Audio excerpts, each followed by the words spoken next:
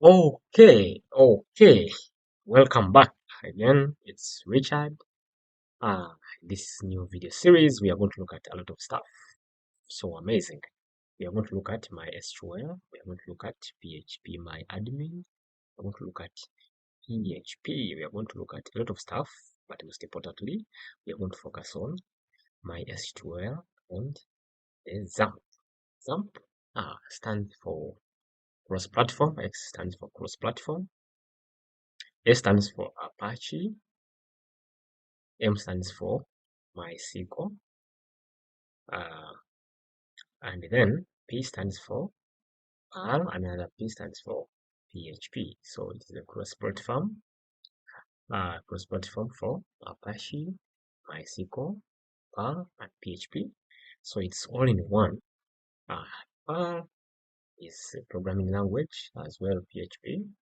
Then MySQL is a database management system. Apache is the provider of, or we can call it a web server that helps us to run PHP codes. So it's a server configured for PHP. So in this video, we are going to focus primarily on MySQL, see how we can use Phpmyadmin to connect to our MySQL database, and see how we can interact with the database in terms of crude operations, how we can create a database, how to create tables, how to do a lot of stuff like deleting, updating, creating users, managing users, and so on and so forth. So in the next video, we are going to look at how we can install our Xampp. In this video, I'll show you. You will go to Google Chrome, and there you will choose, you will type here Xampp. First of all, what is Xampp? What is Xampp? We shall also get Xampp download. So here we get some results from Google AI. What do they say? Yes, so Xampp is a free open source web server solution stack package developed by Apache friends. It's a convenient way to set up a local web server environment for development and testing purposes.